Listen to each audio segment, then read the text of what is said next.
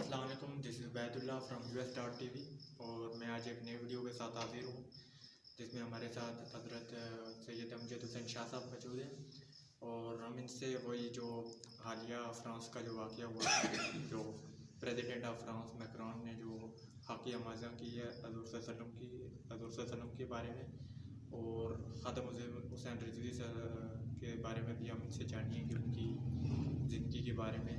اور ظاہر سی بات ہے ان کی جو موت ہے وہ ایک عالم اسلام کے لیے بڑا دھچکا تھا۔ تو السلام علیکم شاہ صاحب۔ وعلیکم السلام ورحمۃ اللہ وبرکاتہ۔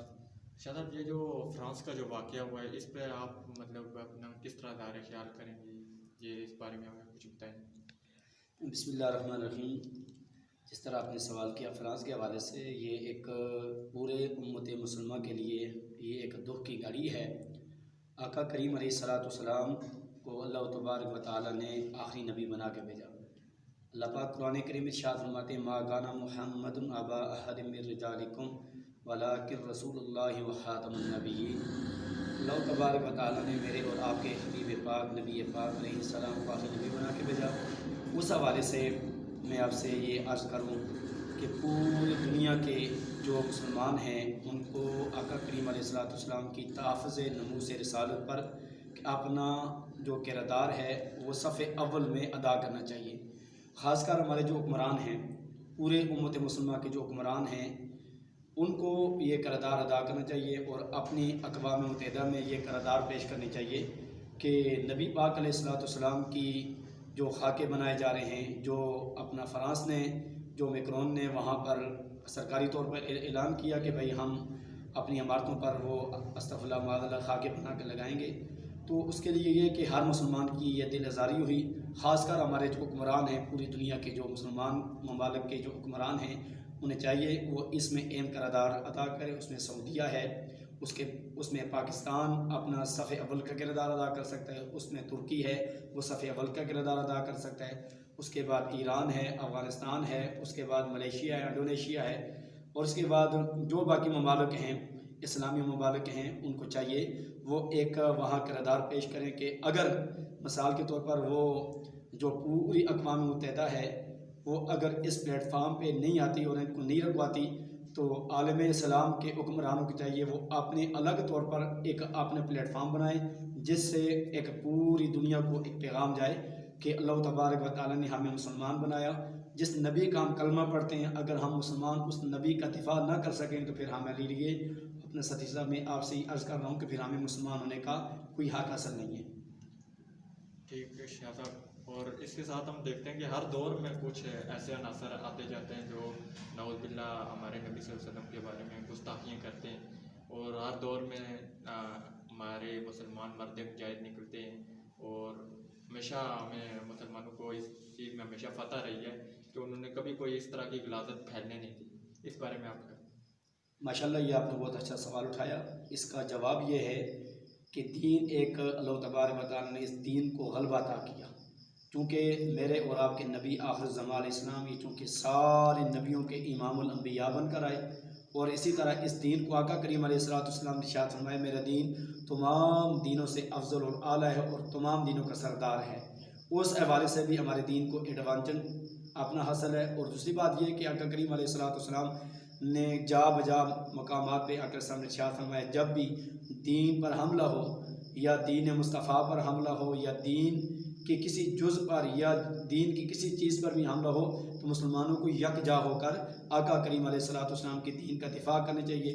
پھر اس میں جو مین بات ہے وہ ایشو آج کل کے دور میں جو چلا آ رہا ہے وہ یہ ہے کہ جگہ جگہ آقا کریم علیہ الصلوۃ والسلام کی یہ انگریز ممالک جو ہیں اس میں آقا کریم علیہ الصلوۃ والسلام کی گستاخیاں کی جاتی ہیں، خواہ وہ ڈنمارک ہو خواہ وہ اپنا فرانس ہو، وہ آقا کریم علیہ الصلوۃ والسلام کی گستاخیاں کرتے ہیں۔ وجہ کیا ہے کہ ڈنمارک ہو گیا اور اپنا جو فرانس ہے انہیں معلوم ہے کہ مسلمان آپس میں یکجا نہیں ہیں۔ آج ہمیں اس پلیٹ فارم سے آپ نے یہ جو ماشاءاللہ یہ میسیج اور پیغام دے رہے ہیں، میں اس میسیج اور پیغام سے پوری دنیا میں مسلمانوں کو یہ پیغام اور یہ میسیج اور یہ پیغام دے رہا ہوں مسلمانوں، وہ وقت دور نہیں کہ جب ہم یکجا ہو جائیں اور پھر انشاءاللہ وہی دور فاروقی ہمیں نظر آئے گا، وہ دور ابوبکر نظر آئے گا۔ میں آپ سے ایک حدیث پاک عرض کرتا ہوں، آقا کریم علیہ الصلوۃ والسلام کی جب زمانہ مبارک آقا صاحب کی جب وصال مبارک ہو گیا تو جنگ یمامہ لڑی گئی. جب مسلمہ کذاب نے جھوٹی نبوت کا دعویٰ کیا تو کئی صحابہ کرام نے حضرت سیدنا حضرت سیدنا ابو بکر صدیق رضی اللہ تعالیٰ عنہ سے فرمایا اے ابو بکر کہ ہماری تعداد کم ہے, ابھی نیا نیا آقا علیہ السلام کا وصال مبارک ہوا ہے, ابھی آپ اس کام کو چھوڑیں. تو آپ نے فرمایا واللہ خدا کی قسم اگر ابو بکر کو سب کچھ اپنا گنوانا چاہیے, سب کچھ اگر ابو بکر کا چلا جائے, لیکن یاد کرو ابو بکر آقا کریم علیہ السلام کی ختم نبوت کا پیرا دے گا. یہ بات ہے, یہ ہر مسلمان کا فرض ہے کہ وہ حضور صلی اللہ علیہ وسلم کی جو بھی گستاخی کرے اس کے خلاف لڑے. اور اس کی بیسیکلی جو ہم مسلمانوں میں یہی ہے کہ ہمیں اتحاد نہیں رہا, وہ اتحاد ہی نہیں رہا جو حضور صلی اللہ علیہ وسلم کے وقت تھا, اور یہ ایک بڑی وجہ بنتی جا رہی ہے. اس بارے میں تھوڑا ماشاء اللہ ستی صاحب آپ نے بہت اچھا سوال اٹھایا. تو بات یہ ہے کہ یہ آپ نے درست فرمایا, آج مسلمانوں میں اتحاد نہیں. آج مسلمان فرقہ واریت میں بٹ گئے, ایک دوسرے کے بارے میں کہہ رہا ہے, دوسرا تیسرے کے بارے میں کہہ رہا ہے کہ وہ ٹھیک نہیں. آؤ مسلمانوں آج ان باتوں کو چھوڑ کر یکجا ہو کر ایک پلیٹ فارم کے نیچے آ جائیں اور آ کر آقا کریم علیہ السلام کا دفاع کریں. میں آپ سے عرض کرتا ہوں کہ یاد کریں جب بھی آقا کریم علیہ السلام کی ذات پر کوئی آنچ آئی تو خدا کی قسم اللہ تبارک و تعالیٰ نے کوئی مرد مجاہد پیدا کیا تھا. آپ حال میں دیکھ لیں, حال ہی میں ایک ملک ممتاز حسین قادری نے جب ذات مصطفیٰ پر آنچ آئی, جب ذات مصطفیٰ پر کوئی حرف آیا تو اللہ تبارک و تعالیٰ نے اسی امت مسلمہ کے اندر کوئی ایسے مرد مجاہد پیدا کیے ہیں اور پیدا کر رکھے ہیں تا قیامت پیدا ہوں گے. اس لیے اس دین کا وارث اللہ رب ذوالجلال ہے اور اس دین کو اللہ تعالیٰ نے محمد مصطفیٰ پہ اتارا ہے. اور میرا یہ میسج اور پیغام یہ ہے کہ ہمیں چاہیے ہم سب مل کر اس دین کی حفاظت کریں, اس دین کی دیواروں کی, اس دین کی جو چار دیواری ہے اس کی حفاظت کریں. جہاں سے دیکھیں اگر کوئی کتا, کوئی بغیرت, کوئی میرے دین کی طرف وہ ہاتھ اٹھاتا ہے تو مسلمانوں کو چاہیے اس کا ہاتھ کاٹ دیں. اگر کوئی زبان دین مصطفیٰ کی طرف اگر کھلتی ہے تو اس زبان کو کاٹ دیا جائے. میرے آقا علیہ السلام کی بارگاہ میں اگر ان کی شان میں کوئی زبان اگر درازی کرتی ہے, کوئی زبان اگر میرے آقا علیہ السلام کی بارگاہ میں کوئی گستاخی کرتی ہے تو ہم سب مسلمانوں کو یکجا ہو کر اس کے خلاف ایک احتجاج کرنا چاہیے. آج میں آپ کو بتا دینا چاہتا ہوں, اگر یاد کریں آج پوری دنیا کے مسلمان اگر فرانس کا بائیکاٹ کریں, اس کی جو مصنوعی اشیاء ہیں اس کا بائیکاٹ کیا جائے, میں آپ کو یہ بات حلفاً کہتا ہوں کہ انشاءاللہ وہ وقت دور نہیں, خود وہ گھٹنے ٹیکے گا. دیکھو مسلمانوں کے اندر یہ کبھی بھی ابھی تک اتفاق نہیں ہوا, ایک دوسرے کے خلاف ہے, دوسرا اپنا دوسرے کے خلاف ہے. لیکن بات یہ ستی صاحب یہ وقت اختلافات کا نہیں ہے, یہ وقت کیا یکجا ہونے کا ہے. یہ وقت آقا کریم علیہ السلام کے ساتھ محبت کا, اظہار کا, ان کے ساتھ تقدس کا, ان کے ساتھ پیار کا, ان کے ساتھ الفت کا, ان کے تحفظ ناموس رسالت پر پیرا دینے کا وقت ہے.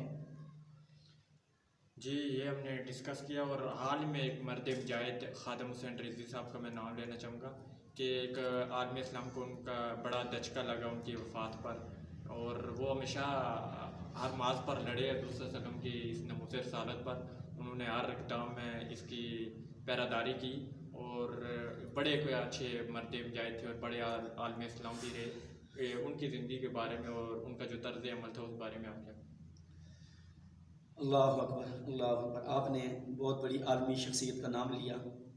میں آپ کو کیا بتاؤں ان کی زندگی کے حالات, میں آپ کو کیا بتاؤں. بس ایک بات کرتا ہوں, ان کی زندگی کا مقصد ختم نبوت تھا. ان کی زندگی کا مقصد آقا کریم علیہ السلام کی چوکیداری تھا.